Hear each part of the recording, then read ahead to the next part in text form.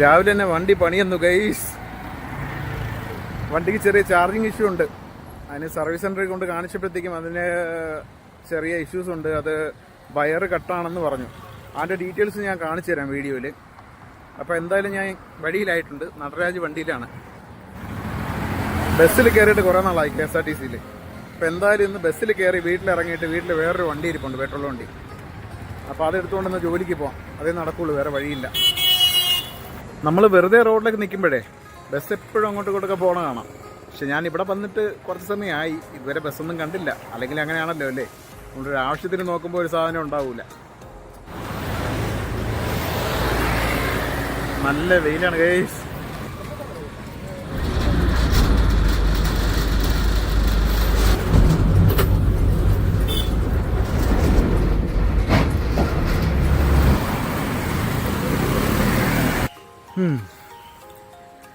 വീട്ടിലേക്കുള്ള റോഡിലെത്തി ബസ് ഇറങ്ങിയിട്ട്. അപ്പോൾ വണ്ടിയുടെ ഇഷ്യൂ എന്താണെന്ന് വെച്ചാൽ കുറച്ച് ദിവസമായി ഇഷ്യൂ തുടങ്ങിയിട്ട്. ഇടയ്ക്ക് നമ്മൾ രാത്രി ചാർജർ കുത്തിയിട്ടാലും രാവിലെ എണീച്ചാലും ചാർജ് കയറൂല. ചാർജർ വർക്കാവും, ചാർജർ വർക്ക് ചെയ്യുന്നുണ്ട്, വണ്ടിയിൽ ചാർജ് ചെയ്യുന്നതും കാണിക്കും, പക്ഷേ ചാർജ് കയറുന്നില്ല. അതായിരുന്നു പ്രശ്നം. അപ്പം ഞാൻ അന്ന് ഇതുപോലെ സർവീസ് സെൻ്ററിൽ കൊണ്ടുപോയപ്പോൾ അവർ ചെക്ക് ചെയ്തിട്ട് ഇതിന് വേറെ ഇഷ്യൂസൊന്നും ഇല്ല, അതിൻ്റെ വയറ് മടങ്ങിക്കിടന്നാണ്, അതിനെ കറക്റ്റാക്കിയിട്ടുണ്ടെന്ന് പറഞ്ഞ് തിരിച്ചു തന്നു. അപ്പോൾ ഇപ്പോൾ ഏകദേശം ഒരു മാസമായെന്ന് തോന്നണം. അപ്പോൾ ഇപ്പോഴത്തെ ഇഷ്യൂ എന്താണെന്ന് വെച്ചാൽ ഈ ഹൈ വോൾട്ടേജ് ആർക്കിംഗ് ഇല്ലേ, നമ്മൾ പോസ്റ്റിലൊക്കെ ഇങ്ങനെ ഒരു ആർക്കിംഗ് കണ്ടിട്ടുണ്ടാവുമല്ലോ, വലിയ ശബ്ദത്തോടൊരു ആർക്കിംഗ് വരൂലേ, കറണ്ട് ഇങ്ങനെ ഒരു കമ്പിയിൽ നിന്ന് മറ്റേ കമ്പിയിലോട്ട് ഇങ്ങനെ ചാടുമ്പോൾ ഒരു മിന്നൽ പോലെ വന്നിട്ട് സൗണ്ട് കേൾക്കൂലേ, ആ സൗണ്ട് കേൾക്കുന്നുണ്ട് വണ്ടി ചാർജ് ആവുന്നില്ല. അതായിരുന്നു ഇഷ്യൂ. ഞാൻ എൻ്റെ വീഡിയോ ഞാൻ ഇടാം കേട്ടോ, അപ്പോഴേ നിങ്ങൾക്ക് കറക്റ്റ് മനസ്സിലാവുള്ളൂ. അപ്പോൾ ഇപ്പം ഞാൻ സർവീസ് സെൻ്ററിൽ കൊണ്ട് കൊടുത്തപ്പോൾ പറഞ്ഞതെന്ന് വെച്ചാൽ അതിൻ്റെ വയറ് അതിൻ്റെ ഷോക്ക് അബ്സോർബറിൻ്റെ അടുത്തൂടെ ഈ വയറ് വരുന്നത്. അപ്പോൾ ഷോക്ക് അബ്സോർബറിൻ്റെ നെട്ടും ബോൾട്ട് ഇട്ടയ്ക്കുന്നത് ഒരിഞ്ഞിട്ട് ആ വയറിൻ്റെ സ്ലീവ് പോയി. അത് സ്ക്രാച്ചായി മൊത്തം വയറിൻ്റെ ഈ അകത്തെ കമ്പി ഉണ്ടല്ലോ, കമ്പി ഇപ്പോൾ പുറത്താണ് കാണുന്നത്. അതാണ് സർവീസ് സെൻ്ററിൽ നിന്ന് പറഞ്ഞത്. എന്നിട്ട് പറഞ്ഞത് അത് വാറണ്ടിയിൽ കവറാവുമെന്ന് അറിയില്ല, നമുക്ക് അത് ടിക്കറ്റ് റേസ് ചെയ്ത് നോക്കാമെന്ന് പറഞ്ഞു. അപ്പോൾ വാറണ്ടിയിൽ കവർ ആയില്ലെങ്കിൽ എനിക്ക് പണിയാണ്. കാരണം ആ വയറിൻ്റെ ചാർജും സർവീസ് ചാർജും കൂടെ ഏകദേശം 4000 രൂപയോളമാണ് അവിടെ നിന്ന് അഡ്വൈസർ പറഞ്ഞത്. 4000 രൂപ കൊടുത്തിപ്പോൾ എൻ്റെ മിസ്റ്റേക്ക് അല്ല അത് വണ്ടിയുടെ എന്താ മാനുഫാക്ചറിങ് ഡിഫക്റ്റ് ആയിരിക്കും. അല്ലെങ്കിൽ ഇതിന് മുന്നേ ഒരു ആക്സിഡൻറ്റ് നടന്നിട്ടുണ്ട് നമ്മുടെ ഇവിടെ നെടുമങ്ങാട്. ഒരു പട്ടി കുറുകെ ചാടിയിട്ട് ഞാനും വണ്ടിയെല്ലാം കൂടെ തലവത്തിന് വീണിട്ടുണ്ട്.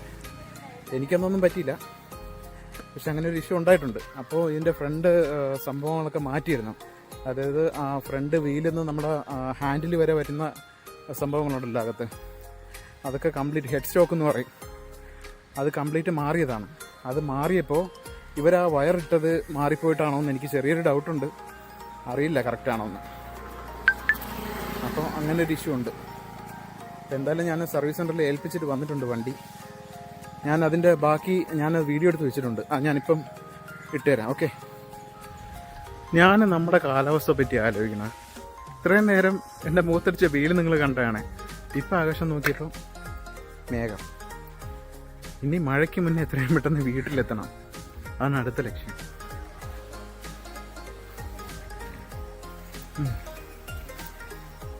ഇനി ഈ ഒരു കടമ്പ് കൂടി എനിക്ക് കിടക്കാണ്ട് വീടെത്തണമെങ്കിൽ. വേണ്ട, ഇതിലൊക്കെ ചവിട്ടിയിട്ടുണ്ടെങ്കിൽ ഹെൽമെറ്റ് വെക്കണം, നല്ലതാണ് തോന്നുന്നില്ലേ. നമുക്ക് ഹെൽമെറ്റ് വെച്ചിട്ട് ചിലപ്പോൾ വീണാലും തല അടിക്കണ്ട. കണ്ടോ, ഈ റോഡ് മൊത്തം കുളമായിട്ടാണുള്ളത്.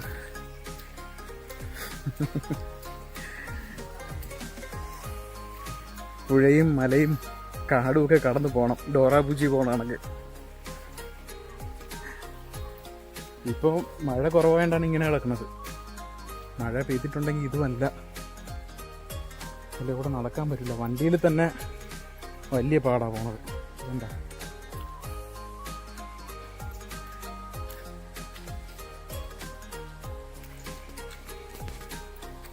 ഇവിടെ വയൽ പോലെയാണ്, കണ്ടോ, വയല്.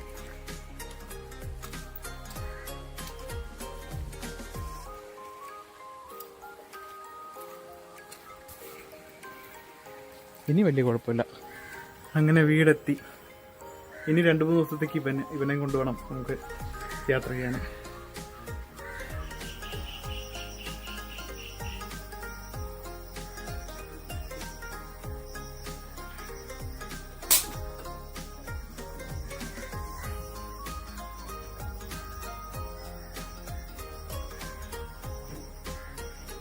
കണ്ടോ, ഇതുപോലെ ഈ പൊട്ടുന്ന സൗണ്ട് കേട്ടിട്ട് കട്ടായി പോകും ചാർജിങ്.